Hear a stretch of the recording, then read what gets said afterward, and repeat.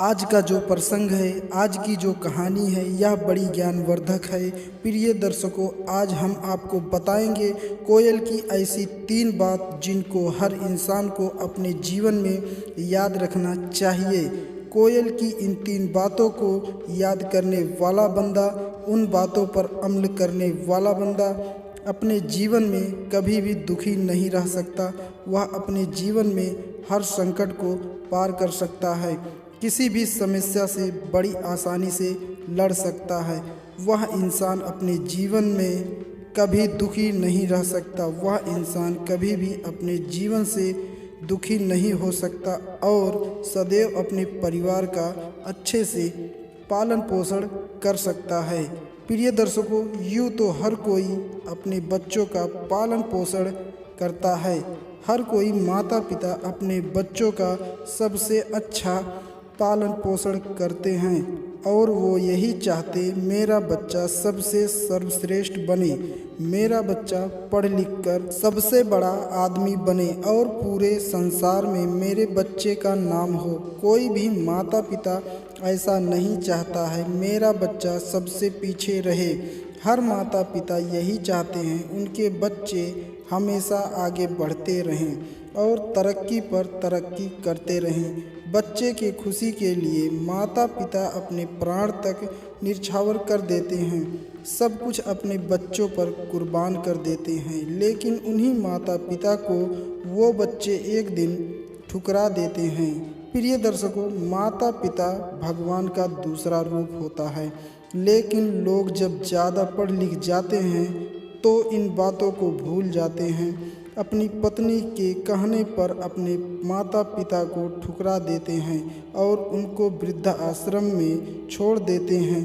प्रिय दर्शकों, आज हम जो आपको कहानी बताने जा रहे हैं, यह कहानी बड़ी ही ज्ञानवर्धक है।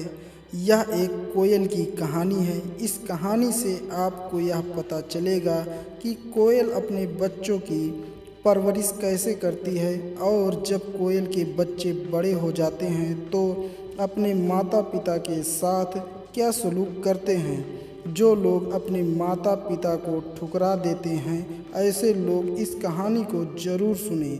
हम चाहते हैं इस कहानी के माध्यम से उनको आत्मज्ञान हो और वो अपने माता पिता की सेवा करें। शुरू करते हैं प्रिय दर्शकों आज की प्यारी सी कहानी। प्राचीन काल समय में एक जंगल में एक कोयल और उसका पति रहा करते थे। दोनों अपना जीवन बड़ी सुखी बिता रहे थे। समय की बात है, कोयल गर्भ धारण कर लेती है और वह गर्भवती हो जाती है। कोयल कहती है, आप कोई अच्छे घर का इंतजाम कीजिए जहां हम हमारे बच्चों को जन्म दे सकें।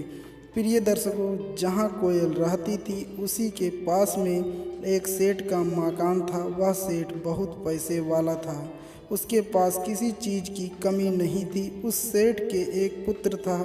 बड़ी मुश्किल से उस सेठ को एक पुत्र की प्राप्ति हुई थी। जब उस सेठ का लड़का बड़ा होता तो सेठ ने अपने पुत्र को अच्छी पढ़ाई लिखाई करवाई और उसको पढ़ा लिखा कर बड़ा आदमी बना दिया। एक दिन अपने पिता से कहता है, पिताजी मुझे इस राज्य का राजा बनना है। इसके लिए आपकी जितनी जमा पूंजी है मुझे दे दीजिए, मैं एक सेना का निर्माण करूंगा। इन सारी बातों को कोयल का पति जंगल में बैठा बैठा देख रहा था। वो इस घटना को देख रहा था और वह यह सोचता था, देखिए सेठ का पुत्र क्या करने जा रहा है। वह सेठ का पुत्र पढ़ लिख गया लेकिन अपने पिता से जिद करने लगता है, मैं इस राज्य का राजा बनना चाहता हूँ। वह सेठ बार बार मना करता, कहता बेटा यह ठीक नहीं है, तुम राजा नहीं बन सकते। तुम एक सेठ के पुत्र हो, बिजनेसमैन के पुत्र हो। तुम हो सके तो मेरे बिजनेस में हाथ बटाओ, मेरे बुढ़ापे का सहारा बनो। लेकिन उस सेठ का लड़का क्योंकि पढ़ लिख गया था, कानून की प्रक्रिया उसको अच्छी तरह मालूम थी, तो ये चाहता था उस राज्य का राजा बनने। अपने पिता से बार बार जिद करता और पिता उसको बार बार मना करता। वो कहता पुत्र ऐसा करना, उचित नहीं है। यदि हमारे राज्य के राजा को पता चल गया तो हमें नगर से निकाल देगा। लेकिन उस सेठ का पुत्र अपने पिता की बातों पर अमल नहीं करता।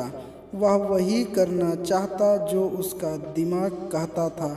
उसका दिमाग यही कहता था कि उस राज्य का राजा बने। सेठ का पुत्र अपने पिता से जिद करता रहता और समय निकलता गया। रोज़ लड़ाई झगड़े करता और रोज़ जिद करता और उसके पिता बार बार समझाने की कोशिश करता। धीरे धीरे समय बीतता गया। सेठ बुजुर्ग हो गया। उस सेठ की इतनी शक्ति नहीं थी कि अपने पुत्र का सामना करे। सेठ का पुत्र अपने ही पिता से हाथापाई करने लगा और वह बार बार यही कहता था, तुम्हारी जितनी भी जमा पूंजी है मुझे दे दीजिए। सेठ बुजुर्ग हो गया था लेकिन उसे बार बार समझाने की कोशिश करता था। इन सारी घटनाओं को कोयल का पति खुली आंखों से देख रहा था। कभी कभी सेठ का पुत्र अपने पिता को बुरी तरह मारता और बुरी तरह पीटता, लेकिन फिर भी वह अपने पुत्र को समझाने की कोशिश करता था, सही रास्ते पर लाने का कोशिश करता था। लेकिन उसका नीच पुत्र अपने ही पिता से लड़ाई करता। एक दिन पिता और पुत्र में जोरदार झगड़ा होता है और पुत्र अपने पिता को ऐसी जगह मार देता है कि उसके पिता की मृत्यु हो जाती है। उसके बाद उस सेठ का लड़का अपने पिता का दाह संस्कार भी नहीं करता है और अपने पिता की जमा पूंजी समेट लेता है। उसके बाद वह एक सेना का निर्माण करता है।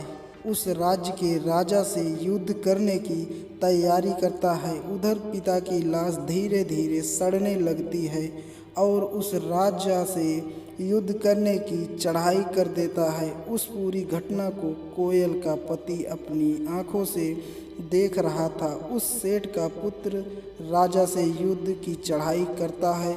उधर राजा की सेना चढ़ती है और इधर सेठ के पुत्र की सेना चढ़ती है।